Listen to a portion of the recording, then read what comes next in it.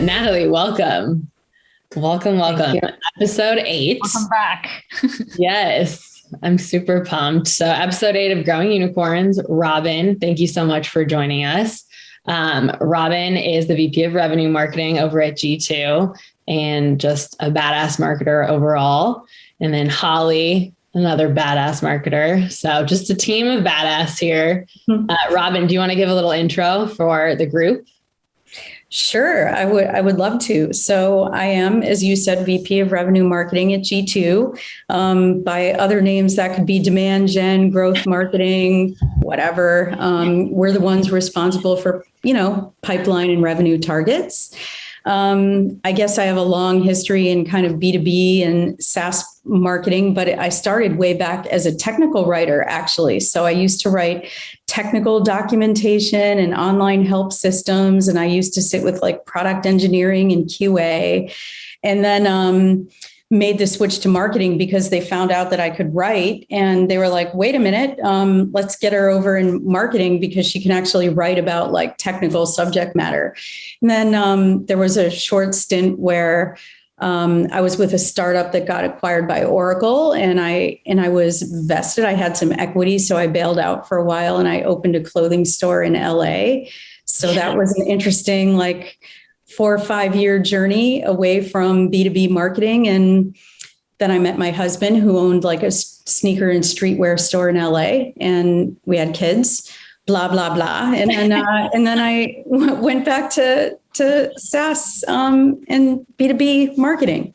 And it's been wild. I love kind of the higher growth stage companies. Definitely is my happy place more than a company like, let's say, Oracle, or 3M or something like that. So that's my jam. Thank you so much for having me.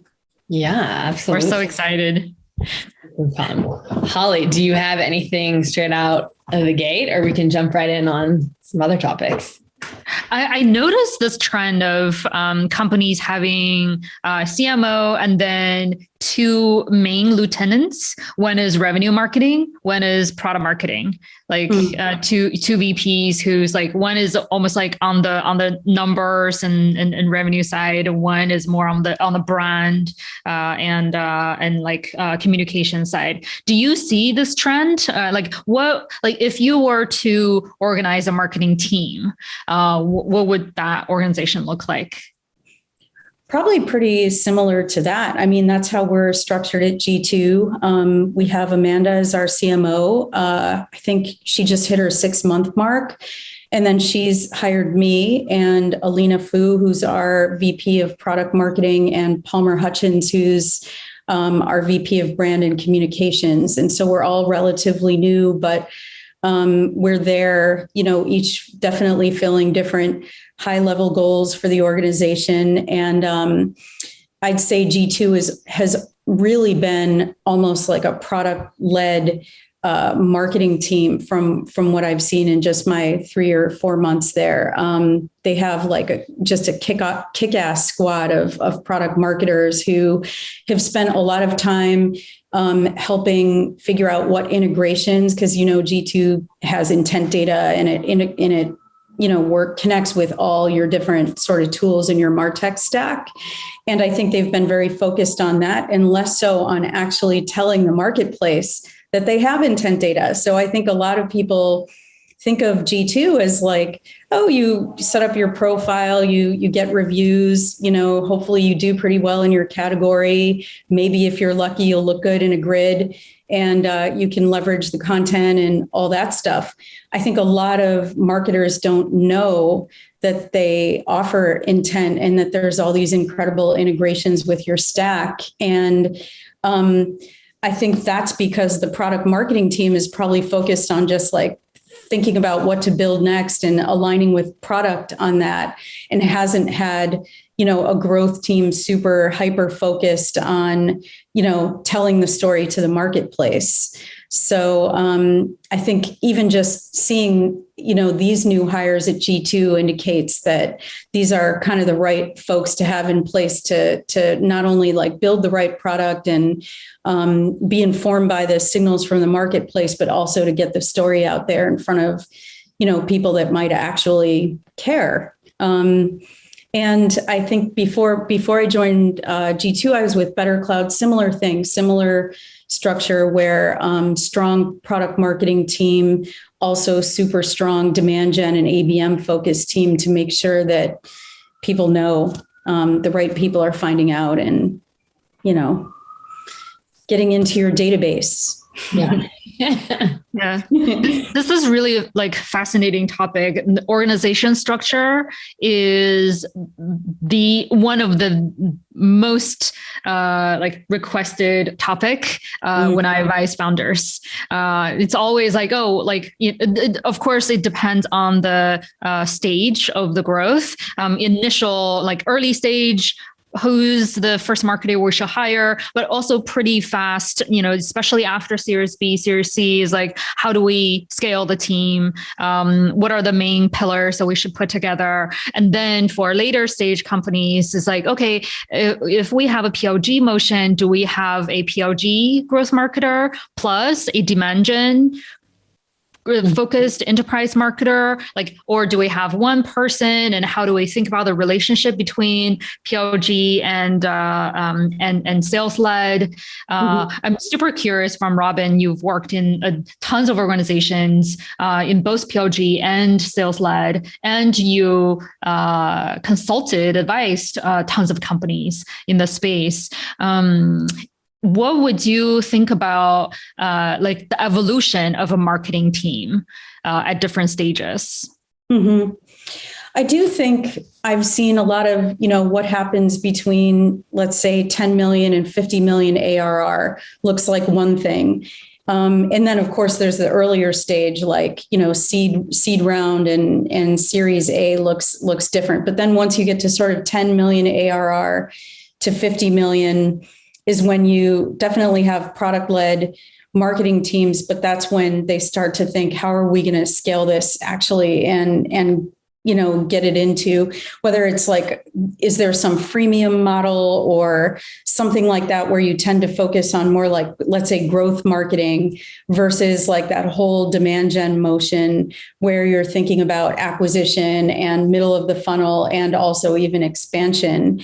And then from 50 million ARR up to 100 million is where you start to see like the big guns come in around like demand gen and ABM and much more refined focus on like, let's stop trying to tell our, story to everyone and essentially no one at the same time, and really starting to like grow, but focus on like smart growth, probably from 50 to 100 million, depending on what your exit looks like. But yeah, I think that's kind of how I've seen it. And then in some of the years where I was just consulting, I was even working with like pre-seed, very early startups where, then it's really like, let's just get the lights on, and it's funny because in some ways you work with, let's say your tech stack, which is like Marketo and Salesforce and like hundreds and hundreds of thousands of dollars going into this.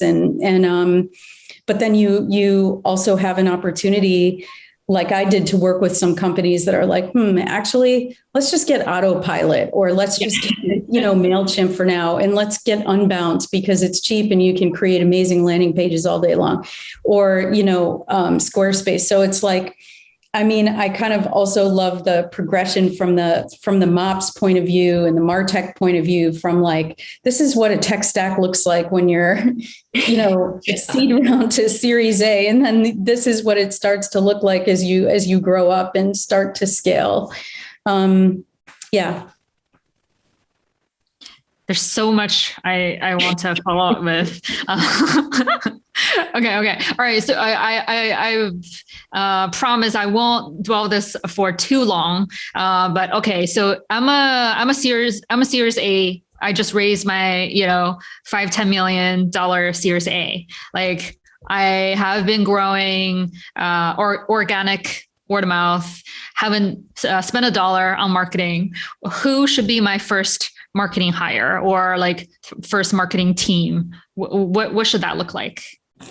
So now you're looking to unpack the product versus growth or demand gen person. I guess it's kind of like, I guess that really depends on your product, but in what it is that you're trying to accomplish. But I suppose I can't help it. It's in my DNA to say I would go after the growth marketer for sure, because it's often the growth marketer that's also thinking quite a bit about the product and what's compelling about it and who would be interested and what is the ICP and what is the persona within the ICP, and I think it's harder.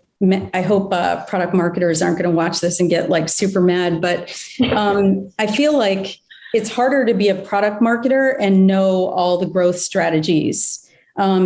That's how I feel, especially if you're marketing to marketers. If you have a product that's in the MarTech space, for example, I think your best bet would be to hire a growth or demand gen person, because there's no doubt that we won't also know everything about that product and why a marketer would care about it.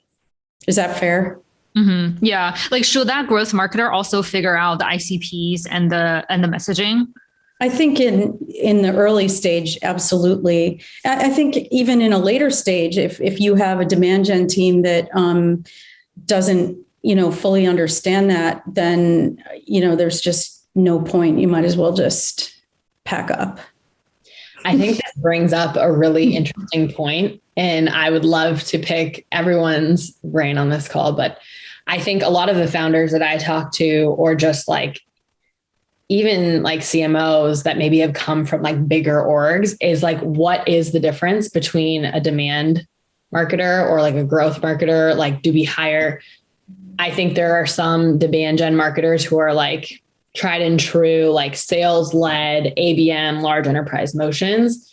And they have a hard time being drilled down to like what is growth marketing, at least in my brain, which is the people that are coming up typically from like performance digital marketing side of the world.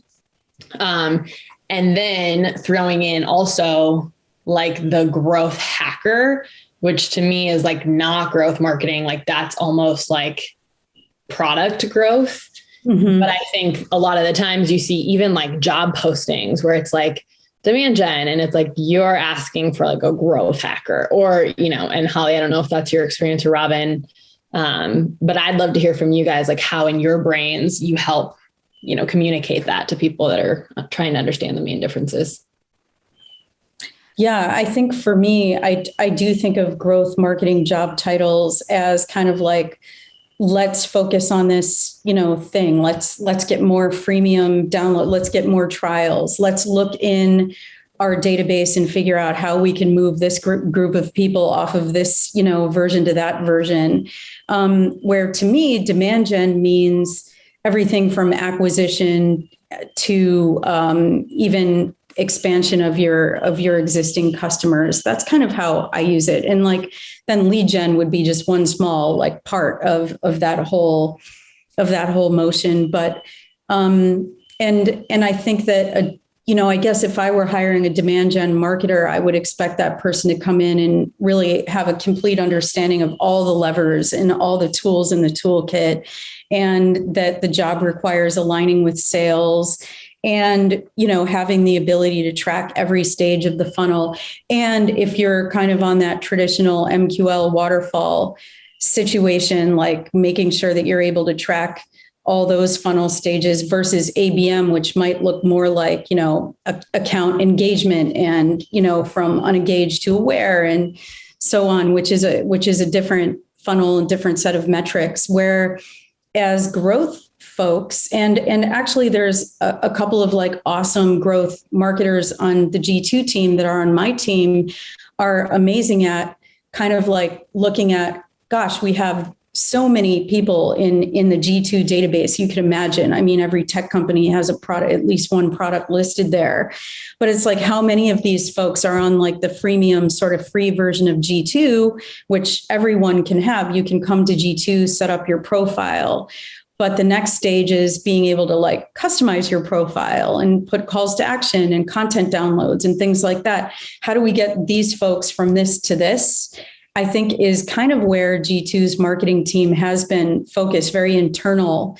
And they've been doing an amazing job in hitting their pipeline goals. But now kind of the next phase of our growth is getting out there with kind of a demand gen type focus and an ABM type focus for our larger accounts, and figuring out how do we make sure that every like SaaS marketer, every B2B marketer knows that G2 has intent data, that it's not just kind of a place where you come to drive more reviews, although that is definitely part of it. But if you're on a marketing team and you're not using like G2's intent data to power your LinkedIn advertising or your Slack channel or your Marketo instance or Salesforce or SalesLoft, where you could be triggering like cadences for your SDR team, all that stuff, like that's where you start to see like much bigger, swings on your dial to hit your pipeline goals. And that's kind of where we are right now on our team.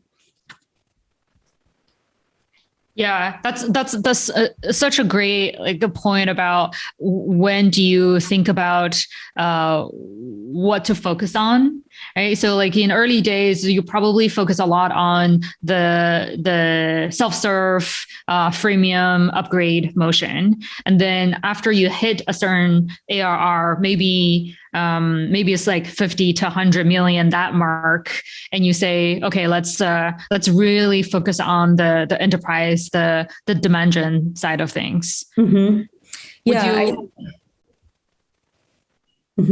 Yeah, I think that's true, even mid-market to enterprise. And then also you start to look at other things like who's more likely to churn or who's more likely to expand with us. And you start to look at those signals and almost like run demand gen for your customers as well as your prospects, for sure. At least that's how I think about it. But probably there's better ways to think about it out there, or different ways.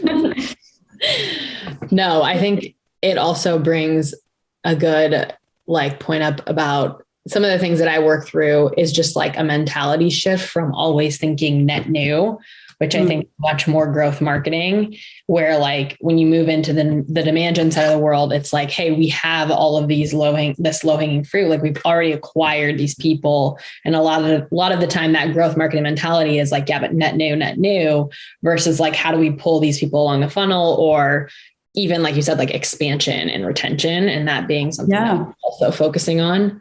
And I'm kind of guilty of it myself. I used to joke a long time ago. I used to joke like, customers, like I truly don't care. It's like once they sign the deal, it's not my world. I'm like focused purely on like net new logo. And things changed, over time, and we became more sophisticated, and we realized that our communities and our customers are some of the most important, most predictable, places we can go to think about revenue than the net new side. And I wonder if a lot of teams experienced that with COVID in 2020. What year was 2020? 2020. Like, how could we forget? Oh man, I don't even know how long it's been anymore. Yeah. But I do feel like, especially with like SaaS companies where COVID hit and it was like, I just don't know how bad this is going to be. Like, are we ever going to sign on new customers again? In some ways that also forced me when I was with Better Cloud to really lean in and look at our community and our customer base and like figure out how we can best serve those folks. Like forget about net new business for now, because I have no idea. The world is upside down. but how can we like change our focus and make sure that we're being, of service to the people that, are using our product and are in our community and things like that. And maybe that'd be an interesting thing to look at maybe next year after some more time has passed, to see if there's any noticeable shift where kind of demand gen marketers who were previously focused on like net new shifted and kind of like switched their thinking and their funnel and even their goals to include customer expansion and retention. Yeah, I almost imagine this 2x2. If I think about like bottoms up and then top down, and then I think about like acquisition and retention / expansion. So it's like in early days, you probably do the self-serve bottoms up acquisition a lot. And depending on your product, probably. Mm-hmm. And then like over time, you're probably like, okay, expansion, like this is what our sales team should focus on. This is like, sales team shouldn't be doing like pure outbound in the early days, because that's too costly. But over time, your customer base becomes bigger, then you like your marketing team and sales team do start to think about more of an outbound new logo acquisition in addition to the self-serve expansion. Mm-hmm. I wonder like where is that flip start to happen in your experience? I think it starts to happen around 50 million ARR. That's where I've seen it start to flip. And I'm not sure, that's kind of off the cuff and I haven't really dug into the data there, but that's what it feels like anecdotally is when you start to really, it can be, let's say, even a little painful as a growth person or a demand gen person. It's like, how are we going to wring, more out of our database? We're already like, emailing people constantly and we're doing webinars, we're doing all these things. It feels like we've hit, at some point, some kind of diminishing returns and it starts to keep you up at night a little bit. And I feel like in some ways, that's the moment when you start to really like think about your existing customer base, and you start to think about like looking at signals of churn more and like what can we do to, for G2, for example. I was just on a call before this with one of our sales reps, and he was saying in our case, we see churn happen when the category that they're in isn't getting a ton of traffic or getting a ton of interest. And so G2 does a lot. There's like sort of this buyer side and seller side. I'm on the seller side of G2, but there's a whole buyer side of G2 that's focused on organic traffic to these categories and really looking at market signals to see when a category will turn green, when it goes from red to green. And we know that when we have paying customers that are in a green category, chances of them churning are pretty dramatically reduced. But if they're in a category that's sort of red or yellow, and they're not seeing, tons and tons of traffic, they start to question, the value of G2. So you really do start to become more analytical, looking at those parts of the funnel and coming up with plans to like, let's actually be much more intentional about looking at these segments and running campaigns specifically, maybe to get more category traffic. So if you are in a marketplace model the way G2 is, that's when you actually then have alignment between the seller side of the house and the buyer side of the house. Like, what can we do to crank up traffic for different categories, more SEO, SEM focus? There's companies like Capterra that actually do a ton of paid advertising at the category level, which G2 doesn't do. All of ours is kind of through organic. So I do feel like it's not uncommon for that sort of stage of growth for people to start looking outside of like what, the things that we've been doing, what else can we be doing, and what are the other ways to grow revenue? That's so fascinating. It's like in early days, because you pretty much haven't done much of anything, so you can pick a area. You already have a lot of room to grow, and then when you hit that that scale of 50 or 100 million ARR, like you probably tried a lot of things. Pretty much all the things that marketers would think about, you have already tried. So like where you go from there, like, and then I think that's when a lot of companies start to differentiate. And if you continue to just like optimize and continue to do what you've been doing, it's going to grow, but it's probably at a more flatter rate, versus like, where do you actually find new growth levers or growth loops or like type of like areas to leverage your growth? That's a fascinating job. It is at this scale. Yeah. It is. And it's the thing that probably keeps demand gen people really up at night more than anything is sure, you have all your dashboards and all your reports that tell you what the data looks like, but there's the feeling, that feeling that you get that's not as tangible. That's like, oh man, I'm just seeing less return all around. I'm just seeing diminishing returns. It's that feeling of like, what haven't we tried? Are we reaching the right people? Where do they go to consume content that I haven't thought of yet? And I think it happens. And in a case like the company that I came from before G2, when I joined, it felt like our target audience was IT people. And it's like, it seems like, and we know that a lot of IT people don't even know that we exist or that we have this platform that they'd be interested in. And so you start cranking up like the ad spend and pulling all the levers, and you do things like billboard ads, even in subway ads. Like we did it was my first out of home campaigns I had a chance to do there. But, after a while, you do see signs of like your own email outreach, losing steam. LinkedIn, this is a whole other, conversation we could have for another podcast, like when LinkedIn audiences seem to just run their course, and the platforms where you can be hyper targeted by job title, job function, account. It's like, it's not working. All signs point to it's just not working. Where do you go next? I feel like that's a whole hour or more of like real talk that we could have, that feeling in your stomach of like, this just isn't working. So you leave and you come to G2 where,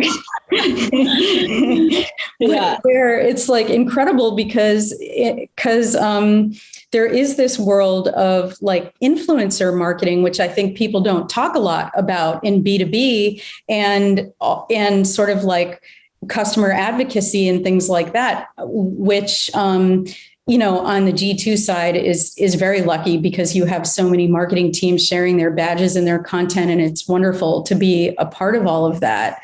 And I think that even a company, like a Better Cloud or enterprise type SaaS companies don't really do a ton around like that sort of customer advocacy, evangelism. I think only then you get to massive companies where they have people that are like Microsoft has MVPs, or you have evangelists that do nothing but go out and really tell that brand story. And somewhere in between 50 million and that massive size company, I don't think you get a lot of companies that spend a lot of time on advocacy or influencer marketing and that type of thing. What you could be doing with your community, things like that. It's like they get so far as like, we have a massive annual event. Come to our massive annual event. It's amazing. But and then they'll try to get customers to speak. But after that, there's not really tons that's being done around that type of influencer, customer advocacy or evangelism. What have you seen some best practices in doing that? in doing that, like, influencer marketing, customer advocacy. Like we actually talked, touch upon this a little bit, Karina, last time about Slack groups or ambassador programs or referral programs. I wonder what Robin, you have seen the best practices in this area. I've seen Pendo do a lot of really cool stuff, actually, and I'm not sure how they're organized. I know Joe Chernoff is their CMO. I'm sure he has like amazing ideas and energy, but I kind of have a little bit of a brand crush on them and some of the advocacy programs they do. Slack also, and I'll even give a shout out to the company I came from, Better Cloud, has done I think an amazing job of building their community and really pulling evangelists from their community to speak on behalf of all of IT, which you could think of as like the underdog. There's always the jokes about like The Office and like the IT pro not really being that celebrated. I think they've done a great job of like pulling those folks out of their community and really elevating them and letting them tell their story, whether they're Better Cloud users or not, which I think is a really cool spin. It's like, we almost don't even care if you're using our product. We're here to like celebrate IT and we'll pull folks, uncelebrated folks from the community to tell those stories. And so they're doing, like, I know Better Cloud does like a podcast now called like SaaSOps Stories or something like that. And they do a blog, or they'll have guest people from the community come and do blogs and shine the light on them and their knowledge a bit. So I think things like that are really meaningful. Yeah. I think it falls back onto this idea and kind of hitting on the point that you made earlier, Robin, of like, you eventually hit diminishing returns, is like this concept of capturing demand versus creating demand. And I think a lot of the times the go-to-market is like, capture everything that's existing. Let's look at intent data. Let's go out there and target the audiences we know will buy fast. And it's very transactional and it's high velocity. And then there hits this point, and I don't know what like the tangible dollar amount or whatever, but in a lot of companies that like I've seen or worked with, it's like, okay, now it's stagnant. The things that were working don't work anymore. And that's because there is this diminishing return. And I think sometimes as like growth marketers or even demand marketers, we get so like fixated on the ROI or the immediate ROI or a more tangible transactional ROI. Mm-hmm. Things like influencer marketing or billboards or like more brand awareness stuff. And Holly, we talked about this, I know, a little bit before, like the attribution isn't there, and it's not right. Like this happened on day 1 and on day 30, this company closed with us. Right. And so we shy away from that. But I think being able to be a demand marketer, and this also goes back to being able to understand like, what are the levers we can pull that aren't just straight up growth marketing, that couples with product marketing or like message testing. Yeah, 100%. And, sometimes even I feel like, and, I am comfy in the MarTech stack and, come from like a Marketo background and all that. That's my comfort zone. So I'm a little outside when it's like, hey, work on this out of home campaign. It's like, whoa, how are we going to prove the value of that on my Salesforce dashboard? That makes me nervous.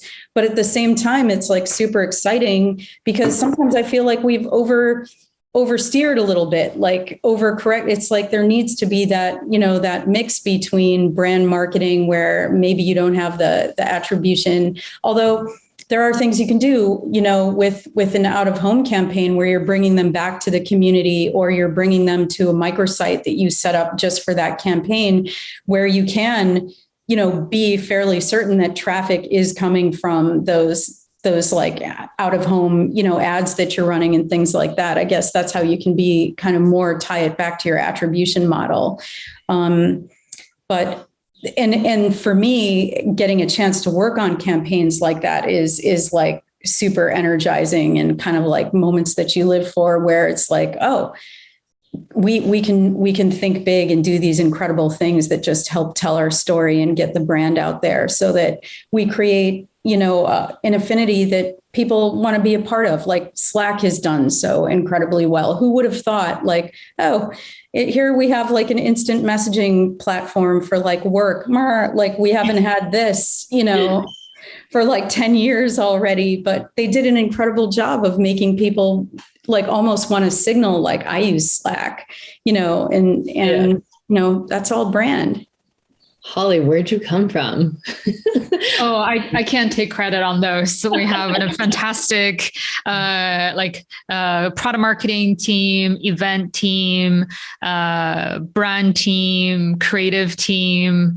And like developer marketing, platform marketing. Like actually, lots of hard work went into it. And then when there's demand, I just capture them. So I have. I have since Robin and Natalie, I know you have your hand up, so I'll bring you in right after this. Robin, I know we wanted to real talk a little bit, and we still have a couple minutes to do that. So I'd love to do that because that's just the vision behind this whole podcast. But also real talk. Does it really just come down to having an executive leader on the marketing side who supports running things that aren't going to be, 100% like we spent this much and this is exactly how much we got out of it within this time frame, right? Yeah, I mean, real talk, 100%, absolutely. And I think, at companies where I've been, where, even at Better Cloud, it came directly from the CEO, had that spirit of fuck it, let's, we would spin up a campaign that he loved and he'd be like, I want this on New York City subway. It'd be like, whoa, hold on. We, our website is a mess. If we're going to crank up the volume that much, where we're going to do a New York subway ad campaign, let's just make sure that our house is in order over here first. But I mean, it was his spirit that kind of really drove the spirit of the marketing team and the rest of the company to be able to take chances like that. And he wasn't even the head of marketing, but for sure, if your founder and CEO is down, then everybody else will be, and your CMO also. And I think, working with Amanda at G2, definitely she has that spirit also. And G2 just has that kind of momentum where I think we can do a lot of cool things like that. Totally. Natalie, you had your hand up. I want to make sure you can ask. Yeah, it's more of a tactical, going back to influence marketing in B2B space. I was wondering if, and attribution, I was wondering if this approach might work when you have this event with an influencer and they promoting something and they provide the code, and you give something for free after. So this way you can see if that specific code would work with the influencer, like a free one-on-one consultation, whatever the product can offer. Yeah, for sure. Especially if you have an attribution model that can kind of support that multi-touch view. One thing I really like would be a W-shaped attribution model, where it's sort of here's the thing that sourced the lead in the first place, and then here's the touch along the way, and then here's the thing that the last thing they did maybe before they MQL'd, the last thing they did before they became an opportunity. And that gives you the ability to kind of look at all these different touch points along the way and see where you have direct source to your attribution model and where you have influence. And to Karina's point about leaders having an appetite for both marketing sourced and marketing influence, I think having an attribution model like that will definitely help support certain things you can infer from an out of home campaign or a direct mail send, where it's we always, if we have, an MQL come in or whatever, we do a direct mail send, we send a hoodie, or we offer some sort of office hours where it's more consultative engagement, like we can definitely measure where those things happen. I'm not sure if that is totally answering your question. Tell me if it's not, and I can go back and unpack. It makes sense. Robin, you mentioned the attribution model. How do you actually go about creating one? Mm-hmm. Well, you work with amazing MOPS people, of course. I cannot say enough about how important marketing operations is to any modern marketing team. You're just dead in the water without them. But I've been lucky enough to work with some of the best in the business, and the way I've seen it done most successfully, and I'm sure there's tons of other solutions to this, but would be like Visible, Marketo, Salesforce. And you just kind of decide as a team, well, these are your high level goals. Maybe it's marketing source pipeline, maybe there's some marketing influence stuff. And you just build out whatever attribution model works for you. In the case of Marketo, it works really well to kind of have your whole lead scoring live in Marketo, your attribution live in Marketo, and then it makes, reporting in Salesforce pretty seamless and beautiful. So I can show you some of my dream dashboards from the past, after this, where we were able to like slice and dice down to the piece of content, like how much did it source versus how much did it influence to the event, to the webinar, to the email send. And really for anybody that's involved in like inbound or content marketing, having that on a dashboard is pretty incredible to be able to see like, well, we invest in all these ebooks. We do this massive annual report. We do case studies, or maybe we set up microsites, or we invest a lot in our blog, which isn't even gated. How satisfying is it to be able to see like how your ungated content influences your pipeline and revenue? It's incredible. So, get yourself a MOPS person that, that can work magic, and a demand gen person that understands it. And there you have your dream team. That's so true. Data science, marketing ops, marketing analytics is the best friends for biz marketers. Mm-hmm. Final follow-up, and you can choose not to answer. So you have all these touch points, right? Like now you track them. Do you say, okay, the first touch point, the last thing before MQI and last thing before opportunity, we give a value of 10, and the rest of it, we give a value of 5. Is it like that? Yeah. Okay. It's like that. Yeah. Yeah. Therein lies the rocket science. Yeah. Next will be curing cancer. Yeah. I was always oh, should we give a value of 10 or 1 or any other number? So sometimes it seems pretty arbitrary. There have been different schools of thought on this, going back to the very early days of marketing automation, I suppose, the W-shaped attribution, or, the last touch, first touch, W-shaped. I like W-shaped. And that's what I've used in the past through Visible and Marketo.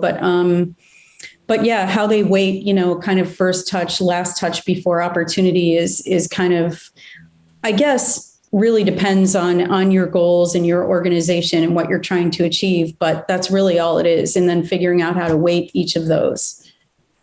Yeah. Yeah. And it's similar with your lead scoring model, how many web visits at what point do you score someone high enough because they came to your blog and they consumed, this amount of ungated content versus registered for a webinar. It's all, and usually I think in most organizations, that's always a work in progress. You're always kind of refining that and stuff. That makes sense. All right. Well, we're nearing the end of time, but Robin, thank you so much. I think this has been such a great conversation, and everyone else, thank you so much for joining.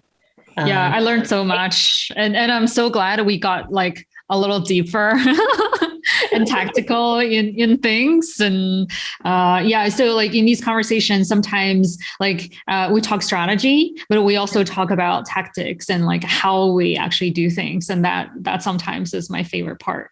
That's interesting. You should say that. That's kind of like a trigger word for me. Now we can have some real talk. Like maybe you want to cut the recording, but like one of my least favorite things is being told, like I did have a CMO for a little while that would say to me, like, you're not strategic enough, Robin. You're not strategic enough. And it's kind of, I can still hear it in my head. It like, ugh. And it's like, well, that might be true. It really might. That might not be my like skill set to look at the North Stars or whatever. But that's not to say I'm not capable. I think a lot of the time, especially high growth companies, we are looking at quarterly pipeline goals. And that means that you're thinking in quarters of sort of like, what are we going to do this quarter? And how do our themes align to all of our content and everything else we're doing? And product releases. Maybe we have like a super important tier 1 product release on the roadmap that we have to build into our marketing plan. And so a lot of the, especially higher growth SaaS companies aren't looking that, far out, like 1 year, 2 years out, 3 years out. Some are, many aren't. And so that kind of makes it hard to have that, like that North Star discussion all the time. But I do think it's super important, especially if you are in a that 50, let's say 10 to 50, 50 to 100, to be able to have those like tactical conversations and actually be connected to what's running. Otherwise, I think you really are at a disadvantage. So yeah, I mean, there I've exposed my kryptonite is that you're. Oh yeah, I love that because I like even with tactics though, real talk. There's no template. Like there's no like, and what worked for you in this tactic at this specific company with this specific product and this specific audience. You taking that like very successful tactic and just taking it over to your company and thinking like, I press the green button, press play, go. Like it doesn't work like that. And even I think from a strategic level, that's why I love having this so much too, because at any one point in time, it's all relative, but like taking different inputs from different people. And then that's what makes us all badass marketers is that we take all these inputs and then take what we have on our side and put them all together. But I think anyone who's like, this is the tried and true way, number one tactic for your XYZ, like it just doesn't work like that. Nah. And I think in some ways that's what makes like great kind of like demand gen or growth marketers really good. It's like that ability. It's like, what is the goal? What is the goal? I'm a simple creature. I'm a one-celled animal. Put the bowl of food in the corner. I will go to the bowl of food. It's like, whatever it is, I will figure out how to get us there or die trying. Like we will hit those goals one way or the other. And I think, who doesn't want that? Show me the person that doesn't want that and I'll show you a liar. All right, Holly, it's your turn. What's your real talk? Yeah, like I would almost like unpack what does not strategic enough mean? That could mean a lot of different things. Holly's like, who was it?